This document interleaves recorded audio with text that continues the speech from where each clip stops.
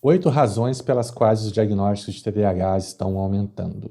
Foi lançado um artigo, né, que diz o seguinte: por muito tempo, presumiu-se que algo entre 5 e 6% das crianças tinham TDAH, mas na prática as taxas costumam ser mais altas. Os Centros Americanos de Controle e Prevenção de Doenças estimaram, em 2022, uma prevalência em 11,4% em crianças. O Conselho Sueco de Saúde e Bem-Estar relata que, também em 2022, 10,5% dos meninos e 6% das meninas receberam um diagnóstico de TDAH, o que representa 50% a mais do que em 2019. E o Conselho prevê que as taxas acabarão se estabilizando em 15% para meninos e 11% para meninas.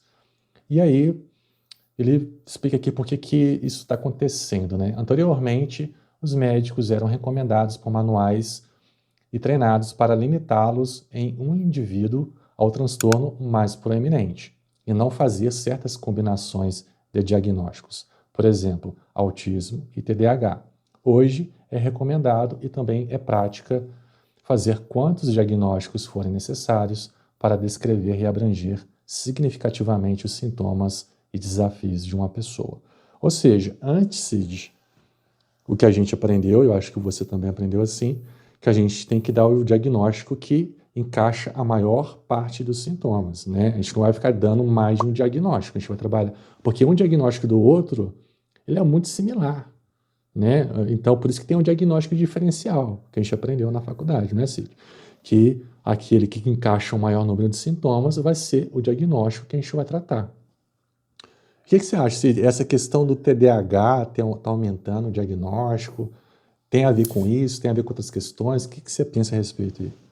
Então, Rafa, eu vejo muito aí hoje uma epidemia de TDAH, né? Uhum, Parece aí que tudo virou TDAH, né? Muito no senso comum mesmo. Se a gente for pegar aí uma parte da sintomatologia, né, em comum, a gente tem alguns critérios. Vamos lá: desatenção, problemas de organização, procrastinação, déficit de memória, inquietação interna, dificuldade para relaxar, começar várias coisas e não parar no meio, dificuldade para gerenciar a emoção, dificuldade para tomar decisão, repetir erros frequentes, resistência à interação e ainda tem outros, né? Só que aí, uhum. vamos lá, eu me encaixo aqui em alguns deles, né? E claro que eu tenho momentos aí que eu Nesse e tô. em vários outros diagnósticos, né? Exato. Eu estou numa inquietação interna, eu quero começar as coisas e eu já estou pensando no terminar. Só que aí imagina se a gente levar, né, esse critério aí como um autodiagnóstico, que é o que acontece muito hoje, né? Uhum, Acaba banalizando as situações. E aí uma outra coisa que eu bato, né, muito dentro do consultório com os meus clientes é a respeito aí dos critérios que aí muitos profissionais estão levando em conta para fazer esse diagnóstico e de uma forma muito superficial, muito rápida, uhum. né? De Sim. repente aí uma consulta de 40 minutos e tu já sai com um diagnóstico que vai te trazer um peso para uma vida. E eu vou além, Rafa, muitas pessoas não sabem lidar com esse diagnóstico, né? Então, eles acabam muitas vezes vou trazer essa palavra, né, mas não de uma forma pejorativa, mas acabam se escondendo através do diagnóstico, né, não A muleta querendo diagnóstica. exatamente, não querendo enfrentar a situação. Uhum. É. E porque assim, a gente sabe, tem muitas pessoas, né, pacientes, né, as pessoas acham que a gente já não sabe de muitas coisas, assim, que a pessoa quer um conforto no diagnóstico, né, Cid? Ela quer justificar de alguma forma Exato, por que ela procrastina. Ela quer ter exato. um motivo que conforte ela por que ela procrastina. A gente entende isso, né? Isso é a zona de conforto. Todo mundo tem zona de conforto. Eu tenho, você tem, né? O nosso cérebro, ele quer economizar energia. A gente é feito para economizar energia. É por isso que existe o sedentarismo. É por isso que a maioria das pessoas hoje, né, estão com a tendência à obesidade, né? Porque tem uma série de fatores, né? Tanto biológicas, né?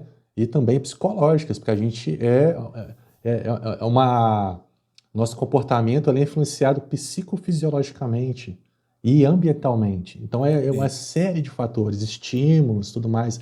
Então você tem celulares altamente, né, perfeito. interessantes, jogos interessantes, e aí você vai para Sim. uma sala de aula que você tem que ficar ouvindo o professor escrevendo no quadro 10, 15 minutos. Nossa, é uma diferença muito grande de interação, de estímulo, E aí né? tu entrou uma questão muito importante da gente estar trazendo essa informação, que é o fator ambiente, né? E aí o nosso contexto atual de fator ambiente é uma vida corrida, tecnologia te engolindo aí, né, Uhum. frente a essas informações. Então é Desempenho, muito né? Você tem que ter um desempenho acima da curva, então você está com aquilo lá no fundinho da sua cabeça que eu tenho que render de uma maneira acima da média, isso já gera uma ansiedade porque, enorme. Rafa, as informações estão aí, só depende de ti, né? Então tu É, tem que ser bom, tu tem que dar conta de tudo, né? Olha o exato. quanto que aí esse fator ambiente ele interfere. Tem até uma reportagem bem bacana que eu estava olhando, que é o seguinte: por que que na França não tem TDAH? E aí, por Hum. quê? Porque lá o contexto do diagnóstico é diferente. Eles dão ênfase para a questão social e familiar e o ambiente, e não a questão biológica, né? Então, Uhum, eles vão primeiro para a terapia, vão entender de que maneira que esse ambiente está uhum, influenciando o sujeito, para aí sim, depois de toda uma investigação, fazer uhum, esse diagnóstico, né? Então é sim, algo aí que fica muito mais, digamos assim, personalizado para esse sujeito, né? Não é é, algo que vai ao é. encontro do Eu, senso comum. particularmente, Cid, eu discordo completamente de ter mais diagnósticos. Para mim, é um predominante. E a partir do momento que você resolve esse predominante, que você estabiliza ele, que a gente não pode falar de cura, né? Mas a partir do momento que você estabiliza ele, aí sim você passa para outras camadas, né? Agora, de cara, você já dá vários diagnósticos, sou contra. Meu posicionamento é contra, A gente vai né? estar alimentando ainda mais esse, né, esse É, contexto psicológico na do cabeça da sujeito, pessoa, né? ela fala assim, eu tô ferrado, Imagina. né? Eu tô ferrado, eu tenho isso e aquilo. Então, dá-lhe remédio e não tenho solução. Você me aguenta do jeito que eu sou, porque é quase algo biológico, né? Então, assim, não passa por essa questão social, cultural, como você falou, de ambiente, estímulo. E outra questão que eu sou totalmente contra, que as pessoas também, é uma necessidade também dos pacientes, das pessoas, que é querer o diagnóstico rápido.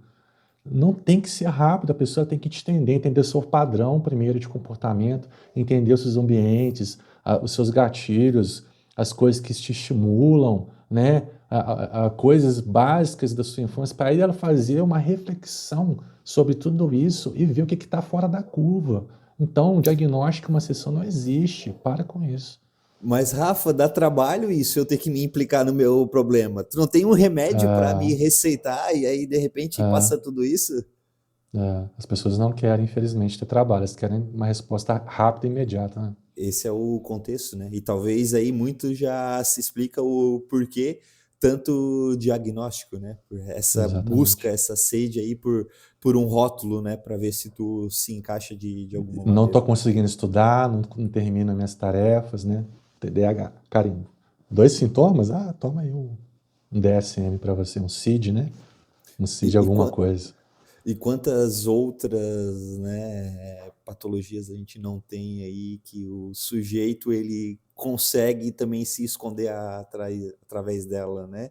Ah, Uma coisa bem frequente também, não entra nesse contexto aqui, mas já falando dos diagnósticos, é o borderline, né? De repente eu ah, entendo de forma rasa que a minha oscilação de humor é um ah, borderline, e aí eu começo a justificar minhas ações em cima disso, né? Se implica exato. também para o TDAH. Faz o efeito inverso, né, Cid? Que é você, através do diagnóstico errado, Uhum, começar a querer confirmar esse diagnóstico, né? Porque isso, você pesquisa aquilo, né? Então você começa a querer ter atitudes que estão descritas ali para você confirmar que você tem aquilo, né? perfeito. É isso, gente. Gostou do vídeo? Deixa o like, curta, comente, né? Se inscreva no canal. Comente o que você acha sobre isso, se tem que ter mais de um diagnóstico ou não, se você passa por isso, conhece alguém que passa por isso. Comente aqui também sugestões para os nossos próximos vídeos. E é isso. Valeu, encaixotados. É isso aí, pessoal. Até o próximo vídeo.